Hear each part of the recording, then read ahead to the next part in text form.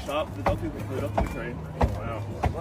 Alright, I don't even know where to begin with this story. Let's start with this. This is the Portland Federal Building where federal agents and protesters have been clashing every single night for 4 months in a row now, 24/7. David, well, some of the counselors have actually looked into that, and it's not a simple answer. They can't just kick ICE out, but it's possible they could look into code violations at the facility. That's right. The city of Portland is still trying to figure out how to get Homeland Security in trouble with the code of the building, but not focusing on the code of the protesters, making loud noises, burning American flags, burning journalists. We're going to talk about that in a second. So we have a lot to cover in this video with all of these new developments. Now, before we start the video, make sure to please like this video. It's the #1 way you guys are helping this channel. It also helps others see the videos as well, and I just launched a brand new newsletter. It's absolutely free, so I can update you guys every single day on stories just like this. Just go to the link in my description or the pinned comment or use the QR code so I can update you guys. Let's go. They can't just kick ICE out, but it's possible they could look into code violations at the facility. Standing outside one building, Revoke the permit! Revoke the permit! demonstrators demand the closure of another, the Immigration and Customs Enforcement Field Office in South Portland. Hold on. I find it rather interesting that the local news blurred out this facility when a councilwoman said, hey, why don't you guys film the agents so we can get some information on them? And it would be really helpful if people who are on the ground, who are able to see some of that technology that ICE is using, if you could photograph it and send it to our offices, that's all information that we can use to try to figure out where we need to target. I have talked about that video before, but I'm just trying to show you guys. With that brand new news clip, the city councilwoman and others, they are doing everything they can to try and get rid of Homeland Security at this facility. But I have a question. What about the journalists who are trying to document the protesters? Why are they under threat of being attacked constantly?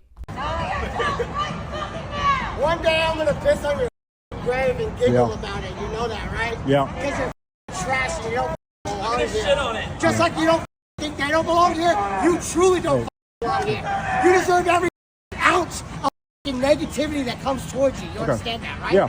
Yeah, because you're trash. Okay. Yeah. Mind wash yourself into the actual world where everyone is. How about that? Make sure to go follow Ryan. He's a friend of the channel. Go follow him on X. He is a journalist who goes there every single night to document what's going on. At this point, though, he has been attacked so many times, and recently he has literally been burned by the protesters. I cannot show you guys the damage that was done to him. You can go to his profile, but he was able to document where the protesters, they burned an American flag. This is a great shop. They'll keep the food up to the train. Wow. Your beautiful flag is burning, you Fuck this.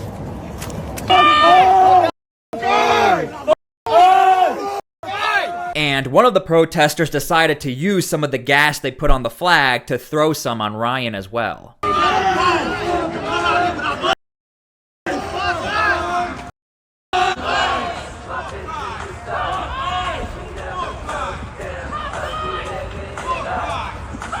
So I do find this rather interesting. As the city of Portland, they're focusing on the building code of Homeland Security.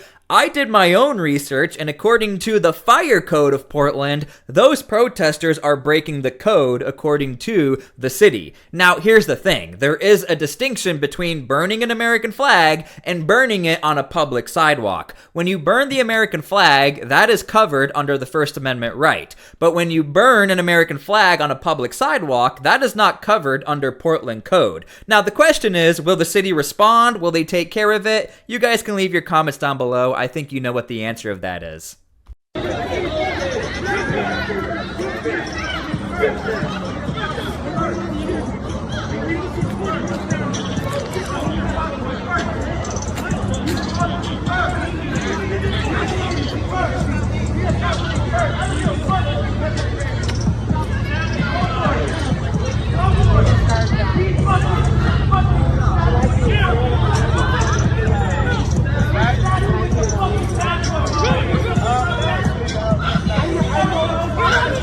So Ryan made a very good point. He filmed this video to prove to people that when journalists are on the ground and the protesters don't like journalists, they have no problem in pushing the journalist around or even threatening them or even assaulting them. However, when federal agents come out of the building, these protesters immediately, it's like something has changed in them. Now that there's an authoritative figure in front of them, it looks like the protesters really changed their demeanor and they know that there's somebody facing them who can arrest them. The point that Ryan is trying to make, and a lot of other people who have been covering this video, if the city of Portland would send the fire department or the Portland police in the area, pretty much all of this would be squashed overnight and we wouldn't have so much violence, and the civilians who live in the area wouldn't be dealing with the tear gas that is sprayed every single night and the loud noises. The Department of Homeland Security and ICE agents are using it as a home base to terrorize the neighboring area and also the immigrant community here in Portland. Cascano with Portland Contra las Deportaciones says, as a sanctuary city, leaders here should take action. ICE's budget just increasing. We know that stuff is just going to get worse and their taxes are just going to increase. The amount they can do will just increase. And you know, if we don't fight back now, then what will happen to us then? I don't know how many times I have covered this, but it looks like a lot of voters and people who live in these sanctuary cities and states, they are very misled as far as what this means to be in a sanctuary environment. Even the city council has admitted, look, we pretty much can't do anything about Homeland Security in the area. They are a federal asset. They supersede the sanctuary jurisdictions. It just so happens that the Trump administration has really made it clear, by the way, these sanctuary policies only apply to the state level. If you don't want to work with Homeland Security, that's fine, but you need to get out of our way. So one thing I have been uncovering on my YouTube channel, I don't want to say these cities and governments have been lying to the voters, but I started making my videos to show you guys, I think you've been a little misled. If you are for sanctuary cities and policies, that's fine, but a lot of city councilors and a lot of local governments haven't really made it that clear that the federal government can come into our city at any time and do these deportation operations. Who've documented incidents between protesters and agents say the disruptions, the tear gas and smoke should be grounds for inspectors to step in. I just don't want them to be, operating without no accountability and boundaries and consequences. If we allow ICE to continue to operate when they have violated their permits, that means that anything becomes permissible moving forward. City councilors heard public comment on the topic earlier this summer. And by the way, and then the city was sued from one of the residents who lives across the street. And the judge said, hey, if you are a local police, you don't have to show up to the area because it can be perceived that you are working with Homeland Security, and that would break the sanctuary law. So I want to make one thing clear. If you're new to this story, there are people who have been trying to address this issue. However, there seems to be a clear division. The city, they're blaming this building and they're blaming Homeland Security for everything that's going on. On the flip side, there are residents who live in this building that are saying, hey, they are the federal government. They are allowed to operate here, but at the same time, it takes two to tango. These protesters have gone so far that the federal agents have no choice but to deploy the tear gas. City administrators then gave a memo to the mayor laying out possible pathways where ICE could hypothetically be found in violation of codes. Anything from land use to noise and nuisance complaints. But even if an investigation found they were in violation, they'd have to be given the chance to correct it. Like I said, I really do think some of these protesters are being a little misled. I have actually highlighted this in multiple videos like 2 months ago. There are protesters who were citing that your contract is going to be canceled. You guys aren't going to be here for much longer. Well, Homeland Security, even according to the city council, you can't just get rid of their contract. You have to give them a chance to fix the contract. Furthermore, with the violations that were found with this building, it was also under the Biden administration. So the question is, why did you guys never address this under the Biden admin? I also want to point this out.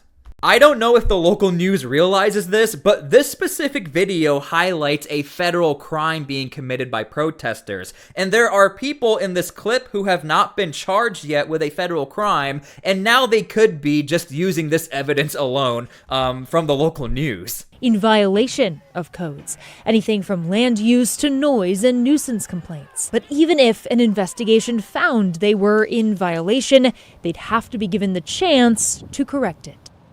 Councilor Murillo also wrote that while council does have the power to enact new zoning and land use regulations, it may not be possible to apply those retroactively. So here's the thing. The protesters are on the front door of the city council trying to figure out, what are you guys doing to get rid of these federal agents? These federal agents don't have to leave. In fact, Tom Homan has indicated more assets are coming in because Portland doesn't want to work with us. I also want to point out, whatever the city does that could possibly affect Homeland Security will affect the protesters, which in turn would make those protesters probably a little upset with the city council. Because if you want to create zoning laws or do something to limit the effects of Homeland Security, that would obviously also affect the protesters, and they're not going to be happy. Again, even the local police cannot work with the federal agents. The local police don't even show up in this area. So I can't imagine that the city council can really do anything about this situation, yet they keep telling the protesters, oh, we're going to figure it out, we're working on it.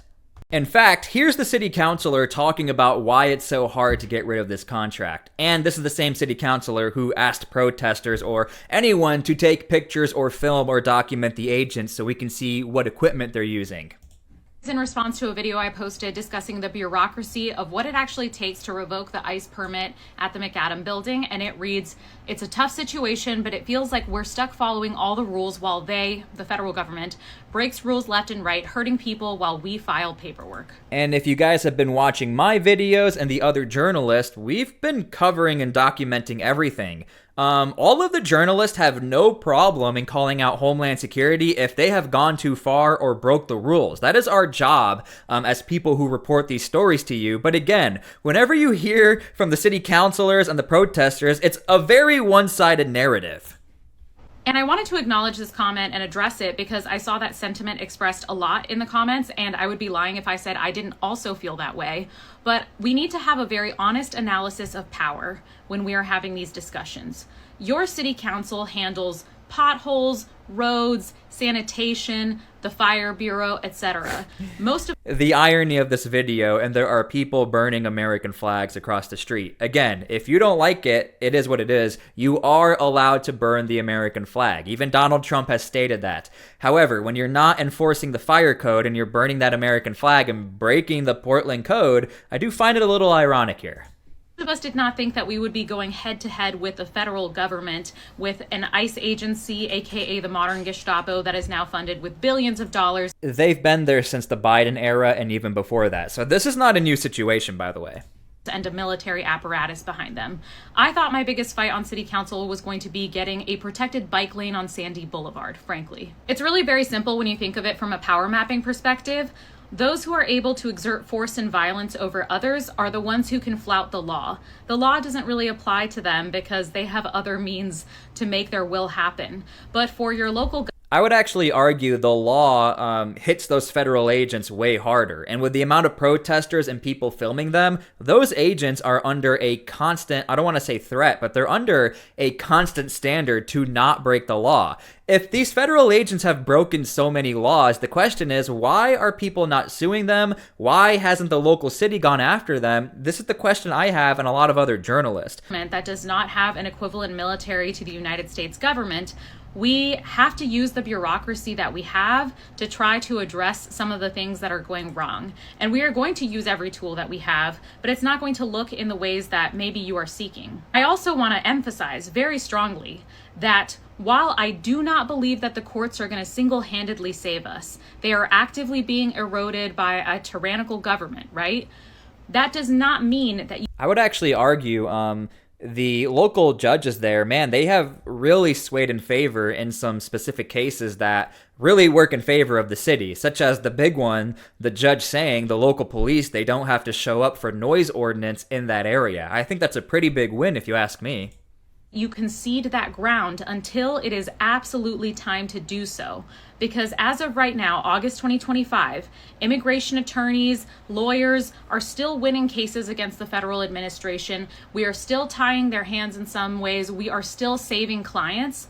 And so you do not want to cede that ground until you absolutely have to, especially because we don't have an equivalent military apparatus to address whatever it is that comes after that point when the courts actually fall. So in terms of the mechanism, and look, this is her own words. Nobody is talking about a military apparatus from Homeland Security. Homeland Security does have a way bigger budget, but that is because since the local police in places like Portland will not cooperate with Homeland Security, now there's no choice. You have to send in more assets to try and address the issues here. So that is the current status of the situation. Again, I don't like to see these protesters and the federal agents, they're clashing every single night. That is not something the journalists who cover this want to see either. The one thing a lot of us are asking for, and I know a lot of you who are subscribed to my channel, we're asking for some equal justice. We are okay with the protesting, but it doesn't make any sense that as a journalist, you can get attacked, you can get burned, and if you call 911, nobody is there to help you.